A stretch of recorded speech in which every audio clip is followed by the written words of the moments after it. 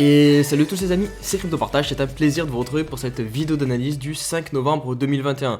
J'espère que vous vous portez tous très bien, moi ça va impec. Du côté du BTC, vous le voyez à l'écran, on est toujours en train de plus ou moins roupiller entre les 60 000 et les 63 000 dollars. Du coup, l'action se passe plutôt sur les altcoins en ce moment, avec notamment, Ethereum pour le coup aujourd'hui il est plutôt calme, 4500 dollars. Mais du côté du jeton de crypto.com, vous le voyez à l'écran, plus 25%, 0,33 dollars, il est réellement en train de pump.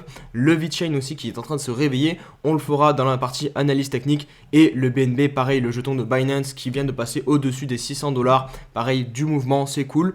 Restez bien tout au long de la vidéo, je vais faire un petit point sur les Crownland de Polkadot. Il y a beaucoup de personnes qui m'ont demandé de faire un petit point. Et on a notamment un des premiers projets qui vient d'ouvrir tout simplement sa participation. Donc vous pouvez participer à un projet et je vais vous montrer comment faire durant cette vidéo. Juste avant, comme d'habitude, pensez à mettre un petit pouce bleu et un petit commentaire pour aider au référencement. C'est le meilleur moyen de récompenser mon travail. Et pour les nouvelles personnes qui découvrent la chaîne, un petit abonnement sur la chaîne YouTube et les différents réseaux sociaux. Donc Twitter, Insta et le Discord. Et on va attaquer directement par le sujet des Crownland de Polkadot. Donc ce sont les enchères pour remporter les parachains sur le réseau Polkadot. Donc des projets vont essayer de se greffer en gros à l'écosystème Polkadot. Et pour cela, Polkadot organise des enchères entre deux projets. Et le projet qui gagne remporte l'enchère et donc le slot de la parachain. Et pour remporter les enchères, comment les projets vont-ils s'y prendre? Il faut en fait tout simplement qu'ils récoltent un maximum de dots comparé à son concurrent direct pendant l'enchère. Là vous le voyez, c'est pour ça qu'il y a ce compteur qui augmente en permanence parce que des utilisateurs sont en train de prêter des dots au projet donc Akala.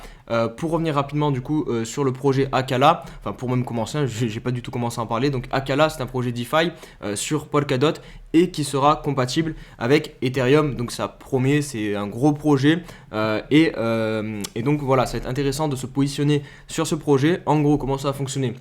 Vous allez devoir donner vos dots, je vous l'ai dit, pas donner, prêter, c'est bien prêter, attention, mais par contre vous allez les prêter pendant 96 semaines, donc ça fait quasiment 2 ans. Pendant 2 ans, vous n'allez pas pouvoir toucher à vos dots, sauf si vous allez voir, il y a une option en fait qui va vous permettre de récupérer des dots liquides en fait. Ça sera des jetons synthétiques qui répliqueront vos dots et que vous pourrez utiliser notamment sur le protocole Akala pour gagner des intérêts avec ces jetons dots pendant que vos dots seront bloqués en collatéral et vous les récupérez à la fin des 2 ans. Je vous vois venir, vous allez vous dire mais 2 ans c'est énorme, surtout sur le marché crypto, on ne sait pas ce qui peut se passer, à quoi ça sert que je prête mes dots à ce projet si dans 2 ans le dot ne vaut plus rien. Et en fait vous allez le projet Akala va rémunérer toutes les personnes qui prêtent leurs dots.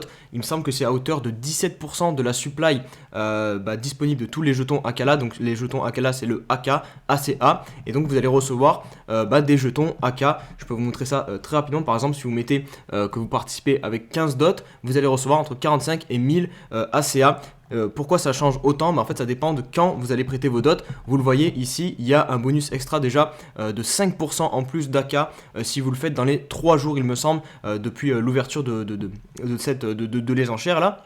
Enfin, c'est pas l'ouverture des enchères, mais l'ouverture de la contribution. C'est pour ça que je vous en parle aujourd'hui. Ça a été ouvert aujourd'hui. Moi, personnellement, je l'ai fait aujourd'hui. Voilà, je suis transparent avec vous. Je pense que ça peut être intéressant. J'adore le projet Polkadot. Donc, de participer comme ça au système d'enchères. Les projets, en plus, en général, sont pas mal généreux. Vous allez aussi pouvoir, notamment, si vous faites un système de quête, récupérer un NFT. Ils vont peut-être vous donner un NFT plus tard. Enfin, bref, il y a moyen de récupérer pas mal de choses. Et du coup, les jetons que vous allez récupérer du projet Akala, ils vont pas les donner tous tout de suite parce que sinon, ça pourrait faire dumper le cours aussi. Ils vont donner, il me semble, 20% de tout ce que vous allez gagner très rapidement, puis ensuite ça sera donné de manière linéaire pendant les 2 ans.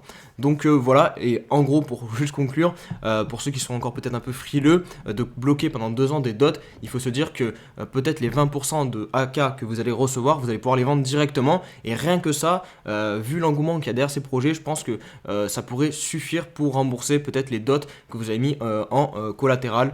Donc voilà, ça c'est pour la petite partie. Après ça reste de la spéculation, mais si on se base sur ce qui s'est passé sur Kusama c'est le testnet, donc ils ont fait pareil en fait sur Kusama avant avec d'autres projets, et ça s'est très bien passé pour les personnes qui ont participé aux enchères sur Kusama. Allez, on va conclure par la partie technique. Je vais essayer de vous montrer rapidement comment on fait pour vraiment participer donc à cette enchère. Juste pour vous dire aussi que j'ai forcément oublié des choses, j'ai essayé de résumer le plus rapidement possible, mais pensez encore une fois à faire vos recherches. Je vais vous orienter vers une chaîne très intéressante, donc Polka France. Ils font du super boulot. Je vous mettrai les liens en description et comme ça vous pourrez plonger plus en profondeur si vous voulez sur le projet Akala et même pour des tutos pour bien contribuer aux enchères. Ils ont fait des tutos, c'est top. Donc vraiment superbe chaîne et ça aide beaucoup. Donc voilà, je mettrai tout ça en barre de description. Je vais aussi vous mettre le lien référal parce que du coup si vous passez par mon lien vous allez gagner encore plus 5% de AK sur ce que vous allez contribuer, donc ça aussi c'est intéressant, voilà ça, et puis ça m'aide aussi au niveau de la chaîne, donc voilà. Et donc concrètement maintenant pour la partie technique, alors vous devez envoyer vos dots sur la blockchain Polkadot, parce que si vous le faites à partir d'un exchange, j'ai peur que l'exchange vous redonne pas tous les AK et ne vous donne pas le NFT par exemple. Donc vraiment essayez de le faire de manière décentralisée et puis bloquer 2 ans ces dots sur Binance. Franchement au niveau de la régulation on sait pas comment ça peut se passer, donc il vaut mieux envoyer ça sur le truc décentralisé plutôt que de les donner à Binance et ne pas être propriétaire de ces dots.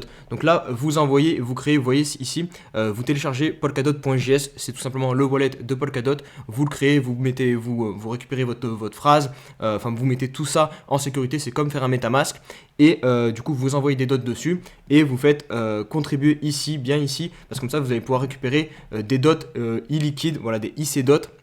Et après, vous avez juste à suivre, voilà, vous faites participer et vos dots sont bloqués pendant 2 ans et vous allez recevoir vos ACA dès que Akala remportera une enchère. Parce que si elle ne remporte pas d'enchère, par contre, vos dots vous seront remboursés directement à la fin des enchères. Il me semble que c'est 4 semaines après les enchères. Donc voilà, je pense que j'ai fait à peu près le tour. Je vous mets tout dans la barre de description. Et puis voilà, ouais. Dernier petit point que j'ai oublié, pour participer, le minimum c'est 5 dots, donc ça peut être une somme pour certaines personnes. Donc voilà, j'ai oublié de le préciser, c'est 5 dots minimum pour participer. Et autre chose, je voulais vous partager rapidement ma stratégie. Moi personnellement, voilà, je vais pas all-in sur tous ces projets. Je vais participer à 2 projets sur les enchères Polkadot, je pense, en découpant, en partageant 50-50 sur les deux. Et puis les autres dots, je vais les conserver et je vais revendre aussi une partie de mes dots. Donc voilà, je fais pas all-in sur ces parachains non plus.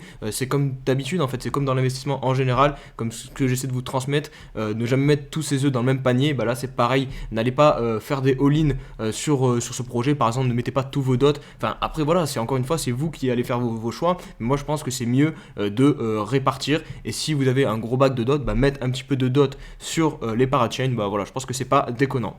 Allez, on va clore cette partie sur Polkadot. J'espère qu'elle vous aura été utile. Et on va passer aux news. Je vais essayer de faire rapide parce que j'ai pas envie que la vidéo, vous le savez, dure 30 minutes. Hein. Vraiment, mes vidéos, je préfère qu'elles durent entre 10 et 15 minutes grand max. Comme ça, vous y passez le moins de temps possible et vous avez un condensé de l'actualité crypto. Vraiment, mon concept, en gros, c'est ça. Donc là, le SHIB et le Doge Elon qui ont pris moins 44% et moins 47% hier au moment où j'ai fait le tweet. Il me semble que le Doge Elon, notamment, est remonté un petit peu. Mais bon, voilà, c'était juste pour préciser que faites très attention avec ces shitcoins, hein, puisque les corrections comme ça de moins 50%, ça peut arriver très très vite. Et là, on l'a eu du coup sur le SHIB et le Doge Elon.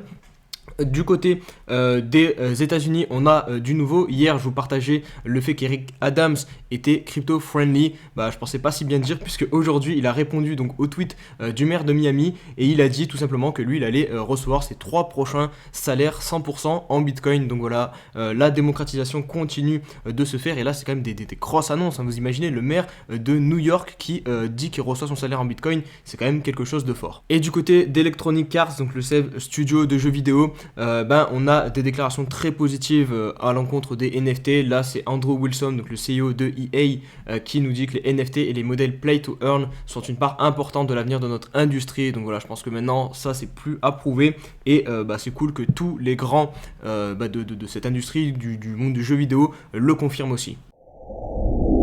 Et on se retrouve pour l'analyse du BTC, elle va être assez rapide encore une fois, il n'y a pas de changement majeur, hein, je vous l'ai dit, tant qu'on ne dépasse pas soit les 63 000 ou soit les 60 000, pour moi on est dans un range et il faut attendre, vous voyez les moyennes mobiles font que de se croiser, se recroiser, il y a plein de faux signaux, ça il faut faire très très gaffe dans les ranges, de ne pas s'exciter pour rien, là vraiment on est à plat et le cours n'a pas encore décidé de sa direction, si on repart à la hausse ou si on repart à la baisse. Sur le daily, pareil, hein, il n'y aura pas de changement non plus. Au niveau du RSI, on peut finalement voir peut-être un double top. Avant, on pouvait voir un W, finalement, on peut aussi voir un double top. Donc voilà, il y a vraiment plein de signaux en fait qui vont se contredire très rapidement. Et c'est pour ça qu'il ne faut pas non plus avoir voilà, la tête dans le guidon dans ces moments-là. Il faut avoir des plans clairs d'invalidation. Et là, pour moi, les niveaux à surveiller, je vous l'ai dit plusieurs fois, c'est le top ici à 64 000 et le bas ici à 58 000. Le moment où on aura une clôture soit au-dessus, soit en dessous, possiblement avec des volumes, là, ok, on aura un vrai signal pour comprendre la direction que va prendre le BTC. Au niveau de la BTC dominance, vous le voyez, on ne fait que diminuer et c'est normal, le BTC stagne et du coup les alts en profitent. Donc c'est pour ça que cet indicateur diminue. On est à 42,9% actuellement. Si on se met sur le weekly, vous le voyez, hop, c'est la troisième semaine où on est en train de baisser depuis qu'on a tapé cette résistance ici. Donc on verra si le scénario comme ça se met en place. Hein. Je vous l'avais partagé d'ailleurs ce scénario, il me semble, il y a plusieurs mois, on pourrait venir chercher ici. Mais le problème c'est qu'en fait, sur cette période-là, je pensais qu'on allait avoir un run haussier bien plus puissant du BTC, et sauf qu'on ne l'a pas eu. On a juste fait un ATH de 2000 $ de plus. Donc mon scénario au final il est bon à moitié. Donc c'est pour ça que je le change un petit peu et je pense que là on a une petite correction et derrière on va avoir une explosion de la BTC dominance avec le Bitcoin. Après peut-être que ça n'arrivera pas et que vraiment là on va rentrer dans une énorme alt season avec des alts qui vont surperformer le BTC jusqu'à venir partir en découverte de prix sur cet indicateur. En tout cas au niveau d'Ethereum, on a trouvé pour le moment un plafond avec cette oblique qui est très pertinente. On pourrait s'attendre à un retour soit sur le dernier haut qui est ici et le dernier bas aussi ici, vous voyez cette zone à 4250 $ à peu près qui correspond aussi à la EMA 21. Donc ça c'est le premier support court terme que je vois sur Ethereum.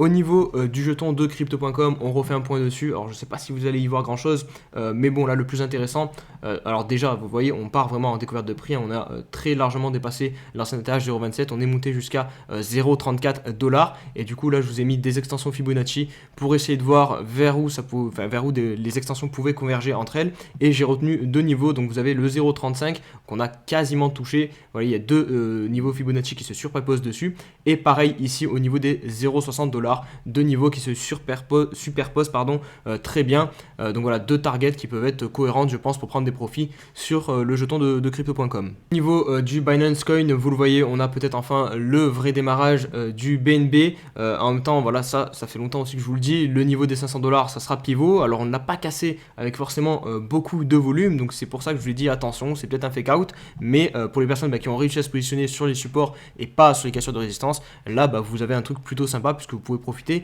de toute la hausse tranquillement sans vous soucier de ce niveau si c'est un fake out ou un réel breakout. Là pour le coup on se dirige plus vers un breakout. Maintenant qu'on est bien monté comme ça, il y a de grandes chances qu'on réussisse à revenir chercher l'ATH sur le Binance Coin.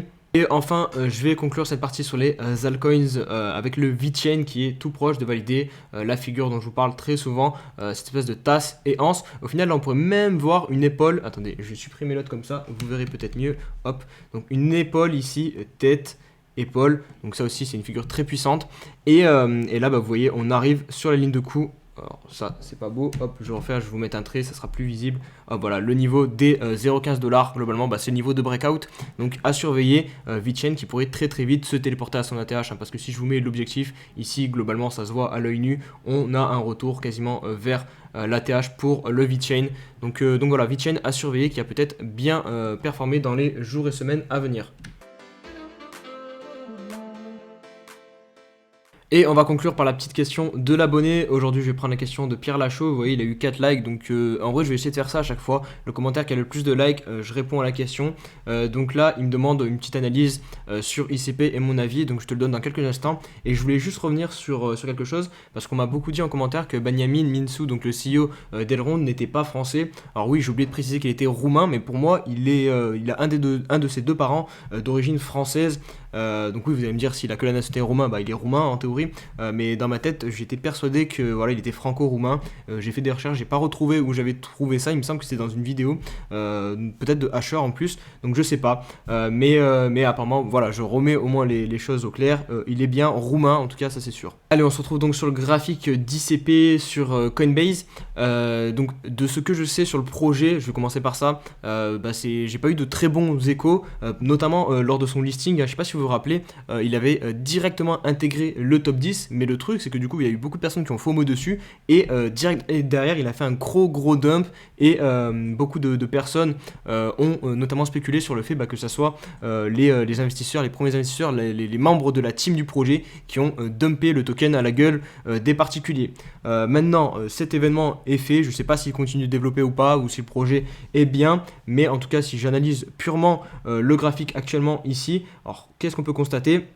On est dans la zone de rechargement et surtout on est en train de marquer un vrai bottom ici au niveau des 40 $. Hop, vous le voyez, on fait des creux, des W comme ça, hop, donc ça c'est très positif pour accumuler. Hop, là on arrive sur le niveau de breakout, donc attention, vraiment à ce moment là ça reste quand même plutôt risqué d'acheter parce que vous êtes sur résistance, mais si vous avez une vision d'investisseur, achetez ici dans toute cette box, je pense que voilà, c'est pas déconnant. Maintenant voilà, faites bien vos recherches sur au niveau du projet, mais là on est sur une belle accumulation et surtout un prix qui est défendu au niveau des 40 $. Voilà les amis, j'espère que la vidéo vous a plu. Si c'est le cas, comme d'hab, n'hésitez pas à mettre le petit pouce bleu et on se dit à demain pour une nouvelle vidéo. Allez, ciao.